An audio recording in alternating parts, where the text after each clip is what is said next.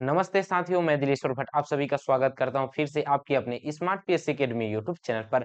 साथियों, आज हम छत्तीसगढ़ के मध्यकालीन इतिहास का लेक्चर नंबर 3 लेकर आ गए हैं, जिसमें से आज हम पढ़ने वाले हैं कलचुरी वंश। कलचुरी वंश के अंतर्गत भी हम लोग रायपुर शाखा के कलचुरी वंश पढ़ने वाले हैं, ठीक है, जिसे हम लोग लहुरी शाखा भी कहते हैं। साथियों, पिछली कक्षा में हमने कलचुरी वंश के अंतर्गत हम लोग रतनपुर के कलचुरी वंश के पढ़े हैं, त्रिपुरी के और महिष्मती क्षेत्र के कलचुरी वंश को पढ़ लिए हैं। अगर आपने यह वीडियो नहीं देखा, पिछली कक्षा को नहीं देखा है, तो जाकर देखिए, उसके बाद इस वाले वीडियो को भी विजिट कीजिएगा। इस वीडियो को पहले देख लीजिए, उसके बाद विजिट करना, ठीक है। तो चलिए, वीडियो में देरी ना करते हुए आज के इस सेशन का प्रारंभ करते हैं। तो हम लोग क्या पढ़ने वाले हैं? हम लोग पढ़ने वाले हैं रायपुर शाखा के, रायपुर के कलचुरी वंश, ठीक है। तो रायपुर शाखा के कलचुरी वंश पढ़ने वाले हैं, ठीक है। हमारा टॉपिक क्या होने वाला है? रायपुर शाखा के कलचुरी वंश। तो रायपुर शाखा के कलचुरी वंश का शुरुआत कब हुआ है, प्रारंभ कब से हुआ है? तो इसका प्रारंभ अगर देखें तो 14वीं सदी के अंत में हुआ है। क्या हुआ है? 14वीं सदी के अंत में इसका क्या हुआ है? रायपुर के कलचुरी वंश का प्रारंभ हुआ है। तो 14वीं सदी में तो अंधकारमय युग था ना सर। आपने ही तो बताया था कि अंधकारमय युग से पहले एक राजा हुआ करते थे, प्रतापमल। क्या करते थे? प्रतापमल। प्रतापमल। अब ये प्रतापमल का अगर शासन काल देखें तो प्रतापमल का शासन काल कब से कब तक था? 1198 ईस्वी से लेकर 1222 तक था। कब से? 1198 ईस्वी से 1222 ईस्वी तक क्या था? इसका शासन काल था, ठीक है। इसके बाद अंधकारमय युग चला जाता है करीबन 2 वर्षों तक, है ना। उसके बाद हमें अगला साक्ष्य राजा का देखने को मिलता है। उसका नाम कौन सा है? उसका नाम है बहरेंद्र शाह। कौन सा? बहरेंद्र शाह देखने को मिलता है। बहरेंद्र शाह ये देखने को मिलता है। अगर इसके शासनकाल की बात की जाए तो इसका शासनकाल कब से कब तक है? तो 1480 ईस्वी से लेकर 1480 ईस्वी से लेकर 1544 ईस्वी तक, 1480 ईस्वी से लेकर 1544 ईस्वी तक इसका क्या है? शासनकाल हमें देखने को मिलता है। और इन दोनों के जो बीच में जो दूरी है, इसे ही क्या कहते हैं? अंधकार अंधकार युग। अंधकार युग कहा जाता है। क्यों? क्योंकि इस काल में कोई भी साक्ष्य अभिलेख देखने को नहीं मिलता, ऐसा करके इतिहासकार मानते हैं। लेकिन इसी को क्या करते हैं बाबू रेवाराम, बाबू रेवाराम के अनुसार, किसके अनुसार? बाबू रेवाराम, रेवा राम के अनुसार क्या कहते हैं?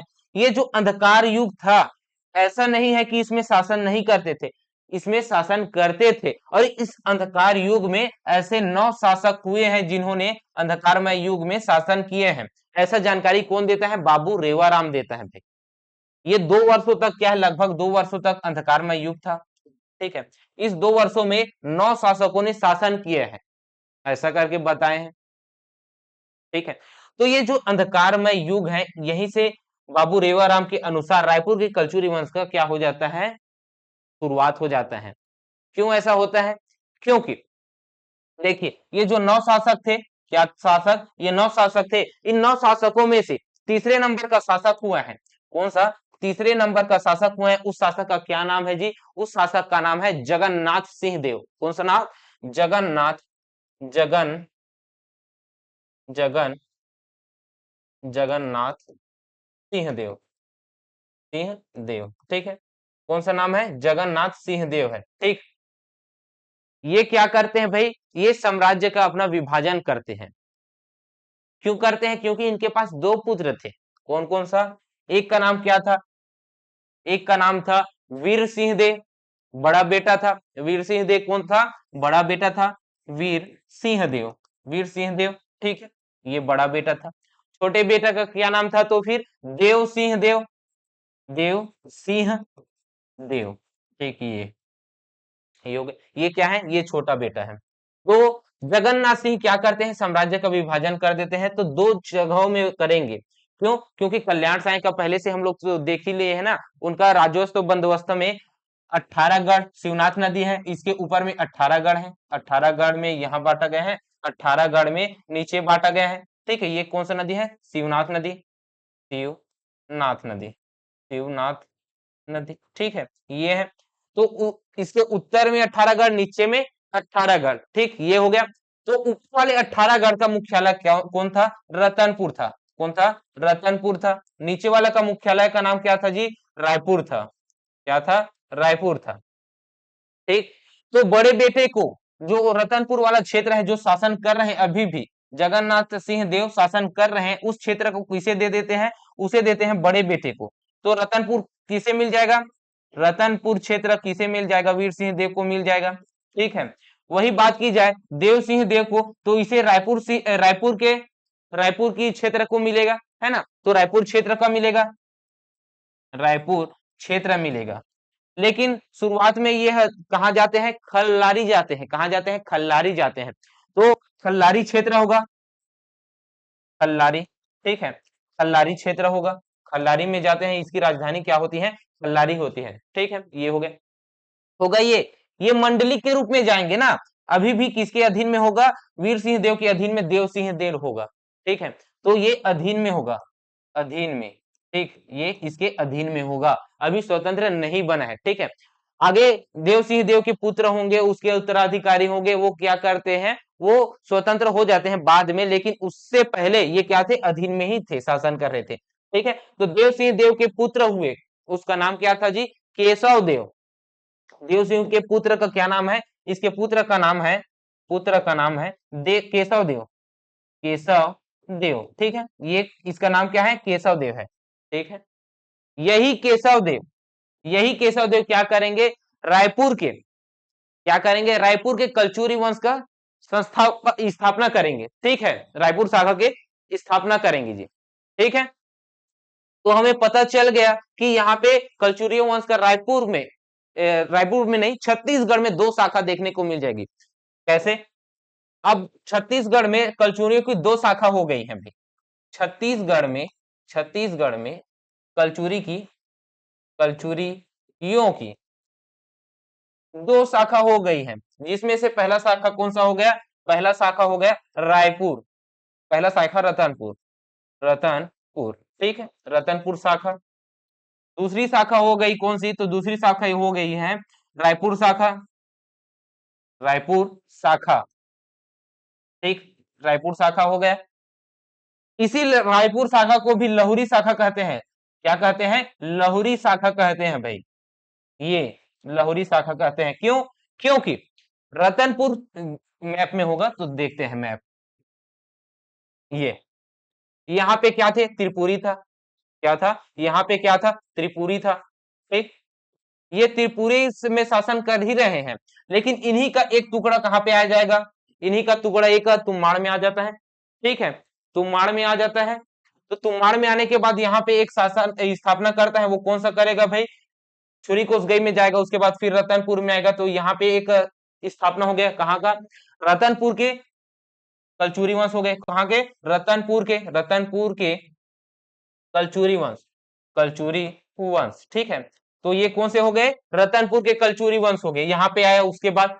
ठीक है, और यहीं से कहा चले गए? खल्लारी चले गए। कहाँ चले गए? खल्लारी, खल्लारी चले गए।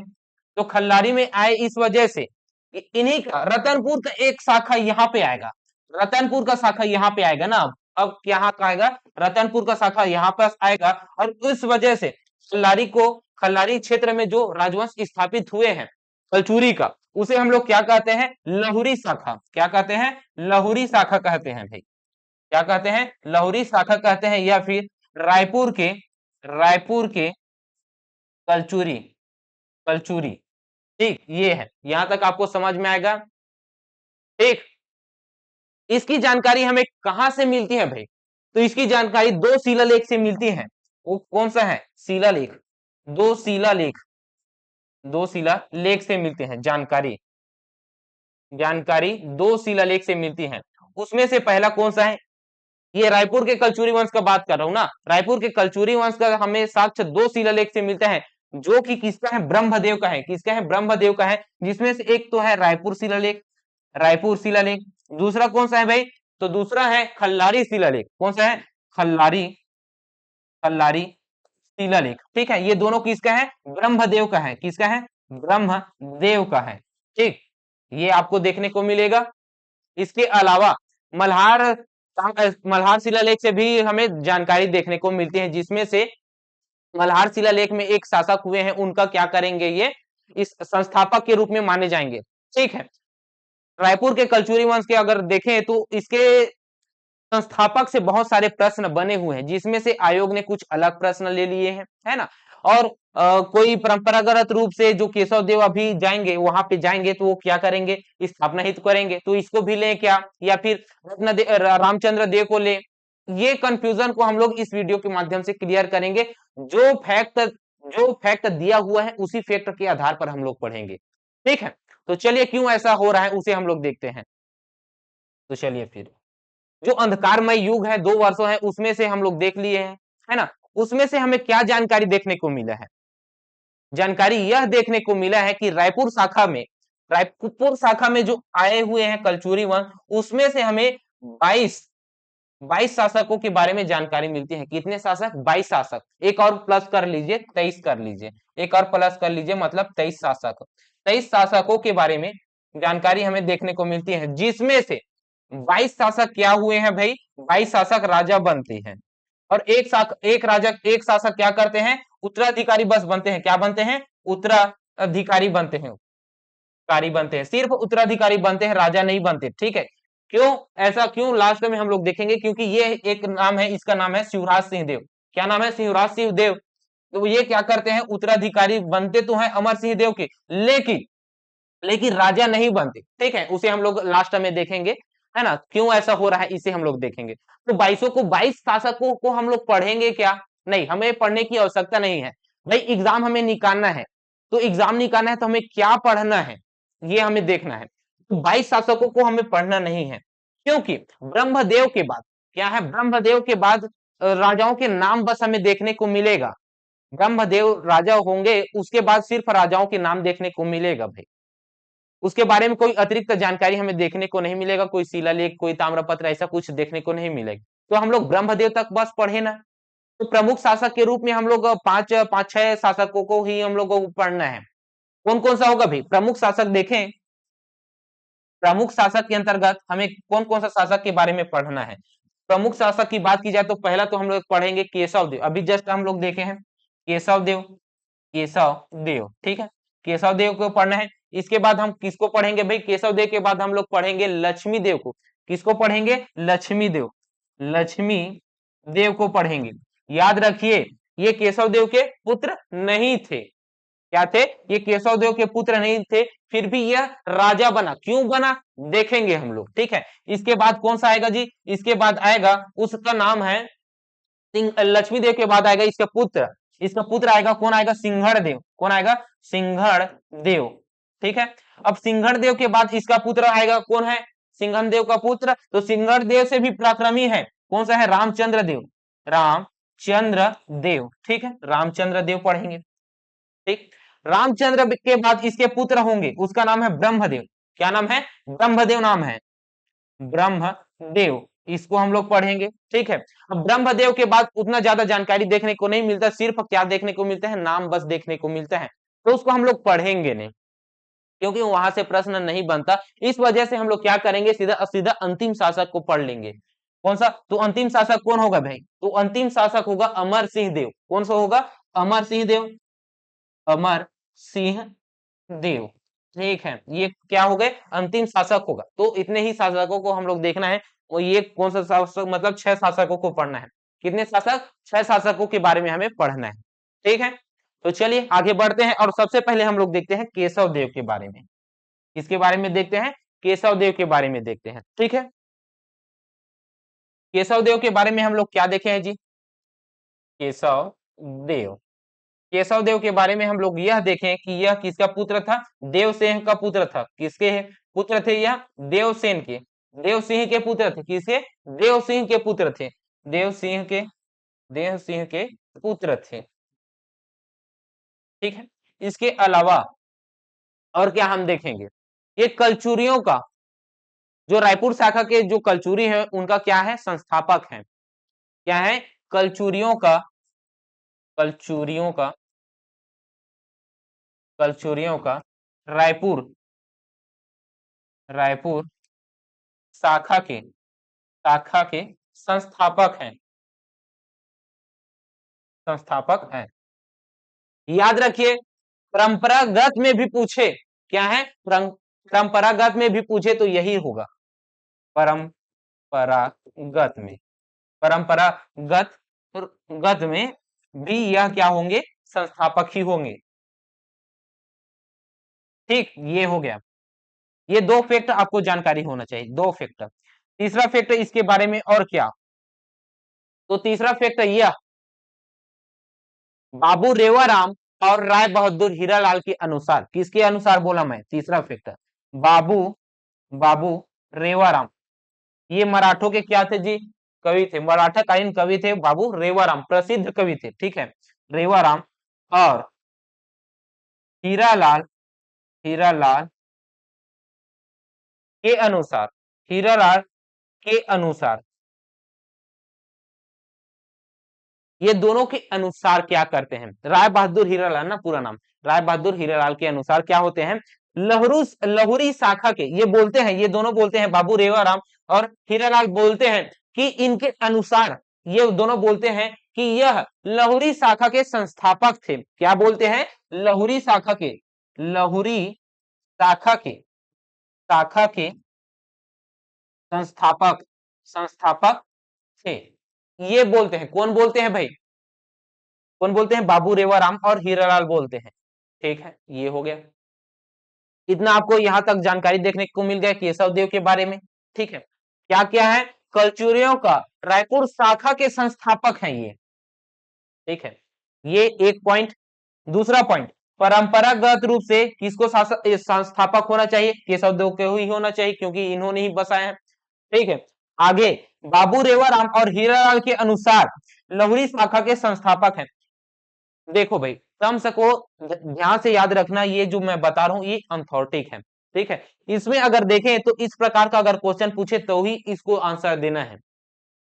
इस प्रकार का प्रश्न पूछे अगर कलचुरियों का रायपुर शाखा के संस्थापक कौन है, ये पूछे तो बाबू रेवाराम और हीरालाल के अनुसार अगर पूछे तो लहुरी शाखा के संस्थापक केशव देव है, लेकिन विवादित है, क्यों, आगे रामचंद्र देव को आयोग ने लिया है, इसको भी हम लोग बताएंगे, ठीक है। लेकिन अभी जितना हम लोग बताएं उसको आप याद रखिएगा, ठीक, इतना आपको याद रखना है, क्या बताए हैं, स्वविवेक का लगाना जरूर है, लेकिन क्या करना है, ये अकॉर्डिंग, इसके अकॉर्डिंग चलना है जिस प्रकार से मैं बता रहा हूं, ठीक है। तो ये जो बसाएंगे तो इसकी राजधानी क्या होगी, राजधानी देखे तो इसकी राजधानी क्या होगी भाई, तो इसकी राजधानी क्या है, खल्लारी में होगा, खलवाटी का, खल्लारी, ठीक, ये है खल्लारी।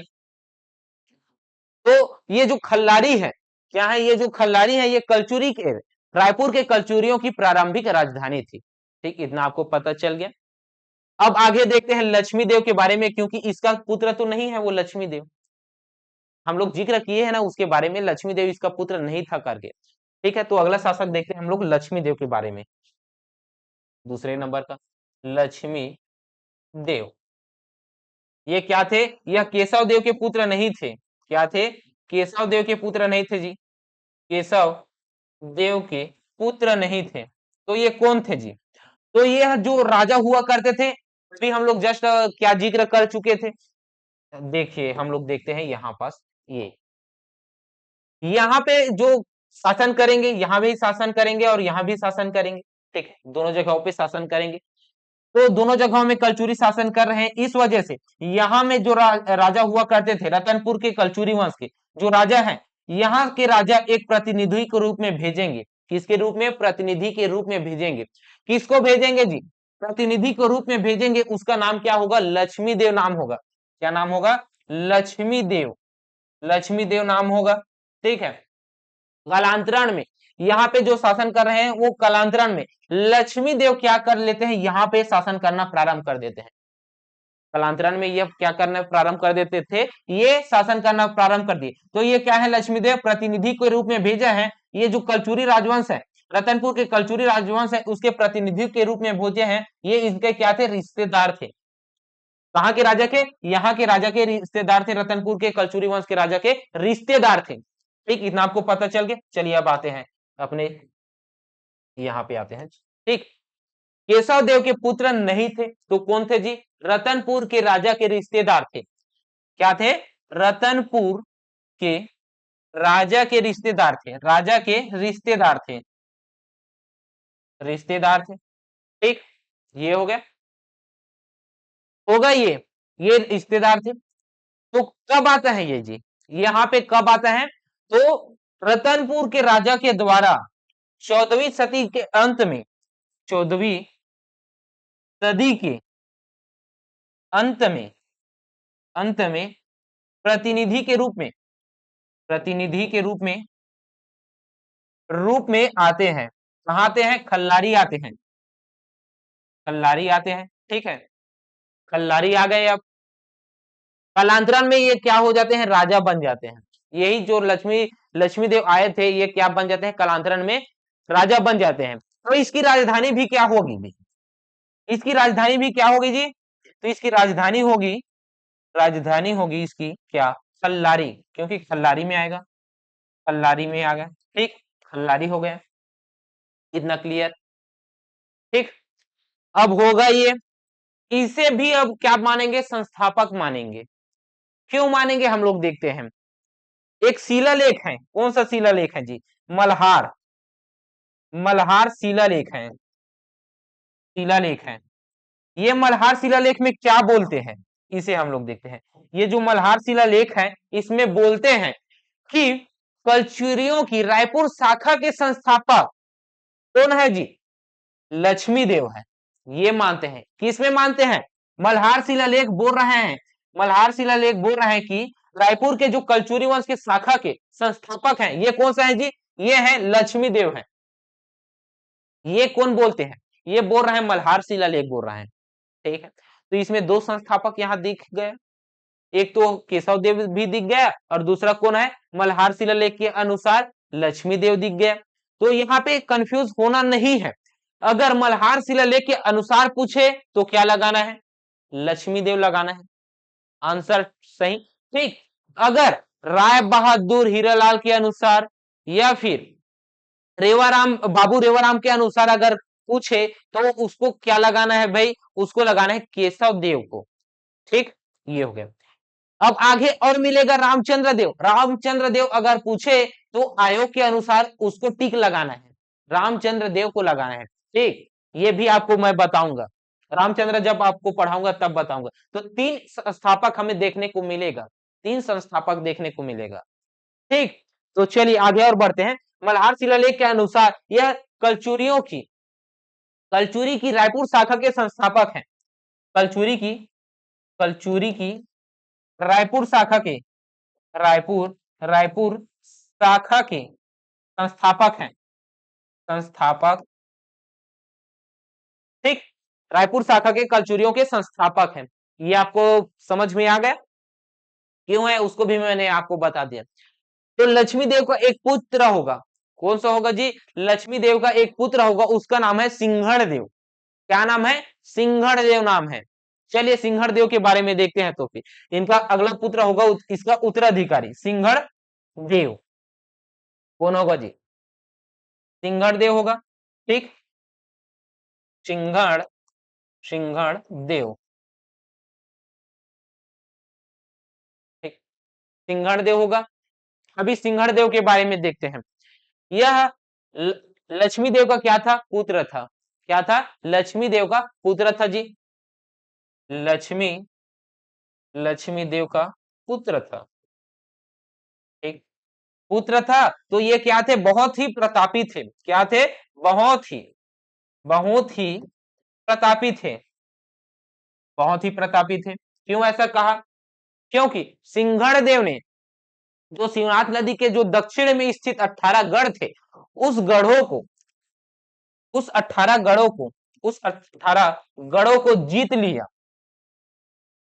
उस 18 गढ़ों को अपने शत्रुओं से जीत लिया। ठीक है, अपने शत्रुओं से, अपने शत्रुओं से, शत्रुओं से जीत लिया। ठीक है, अपने शत्रु कहने का मतलब है यहाँ के अपने ही परिवार के। ठीक है, अपने ही परिवार, भाई, सब मित्रों के से ही क्या किए हैं? 18 गढ़ों को जीत लिए हैं। ठीक है, बहुत ही प्रतापी राजा हुए हैं। ठीक, इतना आपको पता चल गया। तो कौन से 18 गढ़ को जीते हैं भाई? तो शिवनाथ नदी के, शिवनाथ नदी के दक्षिण वाले जो 18 गढ़ थे उसको जीता है, क्योंकि यही पास तो क्षेत्र है, खल्लारी में ये आकर बसे हुए हैं। ठीक है, इसके बारे में आपको पता चल गया। और सिंघड़ देव के भी पुत्र हुए हैं, उसके पुत्र का क्या नाम है जी? उसके पुत्र का नाम है रामचंद्र देव। ठीक है, जो कि इसका उत्तराधिकारी होगा। और एक बात और याद रखिए, सिंघड़ देव का जो जानकारी हमें देखने को मिलेगा, जानकारी देखने को मिलेगा, वो कौन सी जानकारी के अनुसार ही हम लोग पढ़ते हैं जी? तो ब्रह्मदेव के खल्लारी शिलालेख में इसकी जानकारी देखने को मिलती है। किसके? ब्रह्मदेव के खल्लारी खल्लारी शिलालेख में इसकी जानकारी देखने को मिलती है। ठीक है, किसकी जानकारी देखने को मिलती है? सिंघड़ देव की। और सिंघड़ देव का उत्तराधिकारी कौन होगा? रामचंद्र देव होगा। कौन होगा? रामचंद्र देव, जो कि इसके क्या है? पुत्र है। ठीक, इतना आपको पता चल गया। तो अगला शासक कौन होगा? रामचंद्र देव होगा। ठीक है, जो कि चौथे नंबर का होगा रामचंद्र देव। तो अगला बढ़ते हैं, आगे बढ़ते हैं, रामचंद्र देव देखते हैं। रामचंद्र देव, ठीक है, कौन सा है? रामचंद्र देव है। अभी इसके बारे में देखते हैं, रामचंद्र देव के बारे में। ये सिंघड़ देव का क्या था? पुत्र था। ठीक, तो अभी तक जितने भी राजा हुए हैं, क्या हुए हैं? अभी तक जितने भी राजा हुए हैं वो रतनपुर के प्रभु सत्ता को मानते थे। क्या करते थे? रतनपुर के प्रभु सत्ता को मानते थे। लेकिन रामचंद्र देव ऐसा शासक हुए जो रतनपुर की प्रभु सत्ता को नहीं मानेंगे, इनकार कर देंगे मानने को लिए। तो रामचंद्र देव क्या करेंगे? रामचंद्र देव रतनपुर के प्रभु सत्ता को इनकार कर देंगे, मानने से इनकार कर देंगे, मानने से इनकार कर देंगे। क्यों क्यों करेंगे इनकार भाई? क्योंकि इन्हें स्वतंत्र चाहिए। क्या चाहिए? स्वतंत्र चाहिए। तो क्या करेंगे? स्वतंत्र राज्य की स्थापना कर देंगे। तो रायपुर में स्वतंत्र स्वतंत्र स्वतंत्र स्वतंत्र राज्य की स्थापना करेंगे। ठीक है, क्या करेंगे? स्वतंत्र राज्य की स्थापना करेंगे। ठीक, इस वजह से इसे छत्तीसगढ़ लोक सेवा आयोग, इसलिए इसे छत्तीसगढ़ लोक सेवा आयोग कलचुरी वंश के क्या मानेंगे? संस्थापक मानेंगे। रायपुर के कलचुरी वंश के संस्थापक मानेंगे। ठीक है, और ये स्वतंत्र राज्य की स्थापना करेंगे इस वजह से रायपुर के कलचुरी शासक के क्या है? रायपुर के रायपुर के रायपुर के रायपुर के कलचुरी कलचुरी शासक के रायपुर के कलचुरी शाखा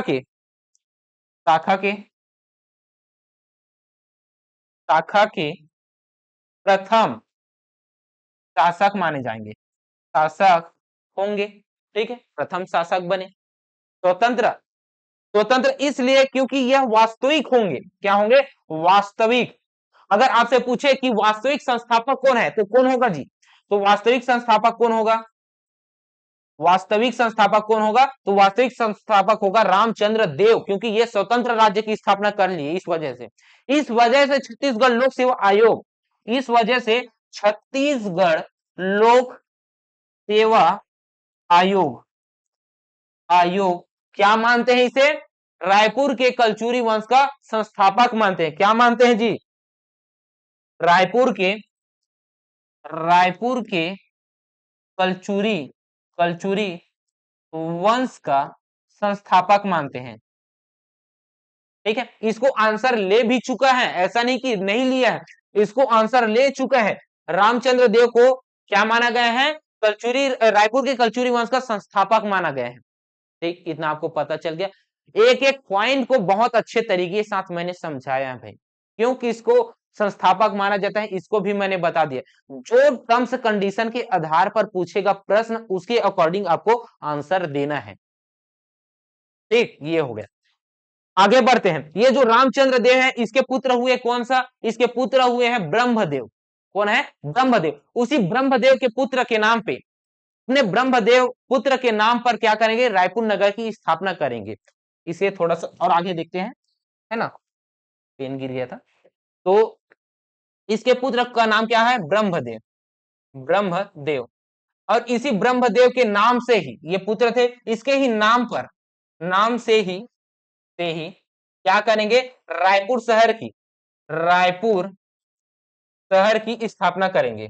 और ये रायपुर शहर की स्थापना कब करेंगे जी? तो 1409 ईस्वी में करेंगे। कब करेंगे? 1409 ईस्वी में स्थापना करेंगे। ठीक, ये हो गया। तो रायपुर नगर की अगर स्थापना, रायपुर शहर की अगर स्थापना की बात की जाए तो किसने किया है? रामचंद्र देव ने किया है। किसके नाम पर किया है? तो ब्रह्मदेव के नाम पर किया गया है। इतना आपको पता चल गया। तो इसका पुत्र ब्रह्मदेव हुआ, तो अगला शासक कौन होगा? ब्रह्मदेव ही होगा। कौन होगा? ब्रह्मदेव होगा। ठीक है। और ये ब्रह्मदेव के बारे में हम जानकारी देखते हैं। इसके बारे में, ब्रह्मदेव के बारे में जानकारी देखते हैं। और ब्रह्मदेव के बारे में और क्या हमें मिलता है उसे हम लोग देखते हैं। ब्रह्मदेव क्यों इंपॉर्टेंट है? क्यों इंपॉर्टेंट है? क्योंकि इनके पिताजी ने, रामचंद्र देव ने रायपुर शहर बसाया है, रायपुर नगर बसाया है। इस वजह से क्या करेंगे ब्रह्मदेव? अब अपनी राजधानी को खल्लारी से रायपुर कौन स्थानांतरित कर देंगे? वो करेंगे, ब्रह्मदेव करेंगे। तो सबसे पहला काम क्या करेंगे? जब सत्ता पे आएंगे तो सबसे पहला यही काम करेंगे, या अपनी राजधानी को परिवर्तित करेंगे, परिवर्तन करेंगे। ठीक, परिवर्तन करेंगे। ठीक है। तो पहले कहां पे था इसकी राजधानी? खल्लारी पे था, खल्लारी पे था। और खल्लारी से कहां पे ले गए? तो ये खल्लारी से ले गए रायपुर। कहां ले गए? रायपुर ले गए। तो इसकी राजधानी क्या हो गई? रायपुर हो गई। खल्लारी भी है लेकिन रायपुर भी हो गया। ठीक है। इसकी जानकारी हमें कहां से मिलती है? इनकी जानकारी हमें कहां से मिलती है? तो दो शिलालेख हैं। कौन सा है? दो शिलालेख हैं, जिसमें से पहला शिलालेख कौन सा है? पहला शिलालेख है खल्लारी, खल्लारी शिलालेख, शिलालेख। ठीक है, ये हो गया। दूसरा शिलालेख कौन सा है जी? तो दूसरा शिलालेख है रायपुर शिलालेख। कौन सा है? रायपुर शिलालेख, रायपुर शिलालेख। ठीक है, ये हो गया रायपुर शिलालेख। ठीक, इतना आपको पता चल गया। इसमें ब्रह्मदेव के बारे में जानकारी देखने को मिलती है। ठीक, आगे बढ़ते हैं। और ये स्थापत्य कला में भी इसके योगदान रहा है, इसकी जानकारी हमें देखने को मिलता है। ठीक है, तो निर्माण कार्य भी किए हैं। तो निर्माण कार्य को देखते हैं भाई, इनका निर्माण कार्य, निर्माण कार्य। सबसे पहला निर्माण कार्य में देखें तो पहला नाम आता है नारायण मंदिर का। कौन सा मंदिर? नारायण मंदिर का नाम आता है, नारायण मंदिर। नारायण मंदिर को ही अन्य नाम से जाना जाता है, जिसका नाम है जगन्नाथ मंदिर। क्या नाम है? जगन्नाथ, जगन्नाथ मंदिर, जगन्नाथ, जगन्नाथ मंदिर। ठीक, ये है। अन्य नाम भी जाना जाता है, नारायण मंदिर को जगन्नाथ मंदिर के नाम से भी जाना जाता है। ठीक है। ये जब निर्माण किया मंदिर का तो कब किए हैं जी? कब किया गया है? जानकारी है क्या कुछ? जी हाँ, जानकारी तो है। कब किया है? 1415 ईस्वी में किए हैं। ठीक, कहां पे किया है? वो स्थान कौन सा है? कौन से स्थान में किया गया है जी? खल्लारी में किया गया है। कहां पे? खल्लारी क्षेत्र में, खल्लारी क्षेत्र में किया गया है ये मंदिर का निर्माण। ठीक, किसके द्वारा किया गया है ये निर्माण? कोई होगा जिसके द्वारा ये करवाया गया होगा। जी हाँ, किसके द्वारा है? तो फिर बहुत महत्वपूर्ण है, देवपाल मोची। कौन है? देवपाल मोची, देवपाल मोची। ठीक, ये है, इसके द्वारा किया गया है नारायण मंदिर का निर्माण। ठीक, सिर्फ खल्लारी में ही एक मंदिर का निर्माण किया गया, इसके अलावा और भी किए हैं क्या? जी हाँ, और भी किए हैं। तो कहां पे किए हैं जी? हटकेश्वर महादेव मंदिर का निर्माण किए हैं। तो आगे हम लोग देखते हैं, दूसरा देखते हैं, हटकेश्वर महादेव मंदिर। दूसरा, हटकेश्वर महादेव, महादेव मंदिर। तो हटकेश्वर महादेव मंदिर का निर्माण कहां पे करेंगे? स्थान कौन सा है जी? स्थान कौन सा है? तो स्थान है महादेव घाट। कहां पे? महादेव घाट, महादेव घाट। और ये महादेव घाट कहां पे है? तो ये महादेव घाट है रायपुर पे। कहां पे है? रायपुर पे है। आपको पता होगा जब घाट बनता है तो किसी न किसी नदी के तट पे बनेगा। तो किस नदी के तट पे है ये? तो कौन सी नदी है? खारून नदी है। रायपुर में कौन सी नदी बहती है जी? खारून नदी। तो खारून नदी होगा, खारून नदी। ठीक, ये है, इसी के ही तट में बसा है केशवर महादेव मंदिर। ठीक, और ये किसके द्वारा बनाए गए हैं? द्वारा भी पूछ लिया जाएगा, तो द्वारा किसके अंतर्गत ये लेंगे हम? हाजी राम। कौन से राम? हाजी राम, हाजी राम। ठीक, इसके द्वारा बनाया गया है जी हटकेश्वर महादेव मंदिर। ठीक, अब होगा ये ब्रह्मदेव के बाद बाकी राजाओं की जानकारी हमें सिर्फ नाम बस पता चलता है, उसके बारे में कोई शिलालेख, कोई और अतिरिक्त जानकारी ये देखने को नहीं मिलता। ठीक है, तो इस वजह से हम लोग इसके बाद वाले जो शासक हुए उसको हम लोग नहीं पढ़ते हैं, सिर्फ हम लोग पढ़ेंगे क्या? अंतिम शासक। अंतिम शासक में भी विवाद है जी, कि हम लोग शिवराज सिंह को लें क्या, या फिर हम अमर सिंह देव को लें, तो इसके बारे में हम लोग देखते हैं। तो लास्ट शासक हम लोग देखेंगे, है ना, अंतिम शासक। अंतिम शासक, तो अंतिम शासक कौन होगा जी? तो अंतिम शासक होगा, उसका नाम क्या है? अमर सिंह देव। क्या है? अमर सिंह देव, सिंह देव। ठीक, ये है अंतिम शासक। क्या है? रायपुर लहुरी शाखा के अंतिम शासक कौन है जी? अंतिम शासक है अमर सिंह देव। ठीक है, रायपुर, रायपुर लहुरी शाखा के, लहुरी शाखा के, शाखा के अंतिम, अंतिम शासक हैं, शासक हैं। लेकिन कई बुक, कई कॉपी में क्या लिखा गया है? शिवराज सिंह।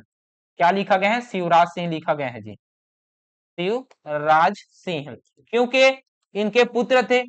अमर सिंह देव के क्या थे? ये पुत्र थे। लेकिन होगा ये, अमर सिंह देव की मृत्यु कब होती है? तो अमर सिंह की मृत्यु होती है 1700, मृत्यु होता है, मृत्यु को देखते हैं, मृत्यु कब होता है जी? तो इसकी मृत्यु होती है 1753 में। कब होता है? 1753 में होता है। तो होगा ये, इसको क्या कर देते हैं? उत्तराधिकारी बना देते हैं। ये इसका उत्तराधिकारी तो होगा ही, इसका पुत्र ही क्या बनेगा? राजा बनेगा। तो ये क्या है? उत्तराधिकारी है, उत्तराधिकारी है। लेकिन होगा ये, उत्तराधिकारी जरूर है, लेकिन ये राजा नहीं बनते, शिवराज सिंह राजा नहीं बन पाते। ठीक है, तो इस वजह से हम लोग अंतिम शासक वो जो लेंगे, वो कौन सा लेंगे? अमर सिंह देव को लेंगे, ना कि शिवराज सिंह को लेंगे। ठीक है, ये उत्तराधिकारी होते हैं जी, ये उत्तराधिकारी होते हैं। ठीक, तो ये हो गया क्या? रायपुर के कलचुरी शाखा। ठीक, तो रायपुर के कलचुरी शाखा आपको कैसा लगा कमेंट करके बताएंगे, हम लोग किस प्रकार से पढ़े। याद रखिए, ये जो रायपुर के कलचुरी शाखा है, इसमें बहुत सारे डाउट देखने को मिलते हैं जी। इस डाउट को ना बहुत अच्छे तरीके से साथ बारीकी से मैंने बता दिया हूं कि किस प्रकार से इसको हम लोग आंसर लेना है। संस्थापक से ही प्रश्न बनते हैं, और एक तो बनेगा संस्थापक से, दूसरा क्या बनेगा? दूसरा बनेगा कि रायपुर शहर को किसने बसाया, इस प्रकार का प्रश्न बनेगा, ज्यादा प्रश्न बनेगा नहीं। हटकेश्वर महादेव मंदिर है, इसको किसने यहाँ से वहां किया, राजधानी किसने बनाई, यही सब पूछेगा रायपुर के कलचुरी वंश से। ठीक है, अब रायपुर के कलचुरी वंश हो चाहे रत्नपुर के कलचुरी वंश, सॉरी, दोनों में क्या है? प्रशासनिक इकाइयां हैं, दोनों में क्या है? प्रशासनिक इकाइयां हैं। तो प्रशासनिक इकाइयों के लिए क्या किया जाएगा? तो प्रशासनिक इकाइयां हैं, इस वजह से क्या करेंगे? प्रशासनिक इकाइयां हैं, उसको हम लोग क्या कर सकते हैं? कलचुरी के प्रशासनिक इकाई, मराठों के प्रशासनिक इकाई, और ब्रिटिश के प्रशासनिक इकाई, इन तीनों के प्रशासनिक इकाइयों को हम लोग अलग से पढ़ेंगे, क्योंकि यहाँ भी प्रशासनिक इकाई पढ़ेंगे। और उसके बाद मराठों का भी प्रशासनिक इकाई पढ़ेंगे, मराठा जब खत्म होगा तो। उसके बाद हम लोग ब्रिटिश का जब काल खत्म होगा तो उसके बाद भी हम लोग प्रशासनिक इकाइयों पढ़ेंगे, करेंगे। ये तीनों प्रशासनिक इकाइयों को एक वीडियो में ही हम लोग कवर करेंगे बहुत अच्छे तरीके से। क्यों ऐसा कह रहा हूं? क्योंकि वहां पे समझने में आसानी होगी। क्यों? क्योंकि एक दूसरे से ही रिलेटेड रहते हैं, इस वजह से हम लोग बहुत अच्छे से उसको एक वीडियो में तीनों प्रशासनिक इकाइयों को कवर कर लेंगे। ठीक है, तो ये रतनपुर के कलचुरी वंश का समापन यहीं पास होता है। कलचुरी वंश यहाँ तक समाप्त हो जाता है। इसके बाद हम लोग पढ़ सकते हैं क्या? कंवर्धक के फड़ी नागवंश, छिंदक नागवंश पढ़ सकते हैं। ठीक है, उसके बाद हम लोग काकतीय वंश को पढ़ना प्रारंभ करेंगे। तो फिर ठीक, तो चलिए नेक्स्ट कक्षा की क्या करेंगे, तैयारी पे लग जाएंगे। ठीक है, और अपनी तैयारी को भी बहुत बेहतर बनाइए जी। ऐसा नहीं है कि अब फिजिकल भी तो चालू हो गए हैं ना, तो फिजिकल भी चालू हो जाने वाले हैं, 8 तारीख से फिजिकल चालू हो जा रहा है। तो इस वजह से क्या करना है, इस वजह से आप लोगों को तैयारी में प्रॉपर लगे हुए रहना है। ठीक है, रिटन एग्जाम की भी तैयारी करना है और फिजिकल एग्जाम की भी तैयारी में लगे रहना है। ठीक है, तो चलिए इसी उम्मीद के साथ मैं विदा लेता हूं, और आपको यह वीडियो कैसा लगे कमेंट करके बताएंगे, और वीडियो अगर पसंद आया होगा तो वीडियो को लाइक कीजिएगा, अपने दोस्तों के पास शेयर भी कीजिएगा। ठीक है, तो चलिए मिलते हैं नेक्स्ट वीडियो में, तब तक के लिए जय हिंद, जय भारत, जय छत्तीसगढ़।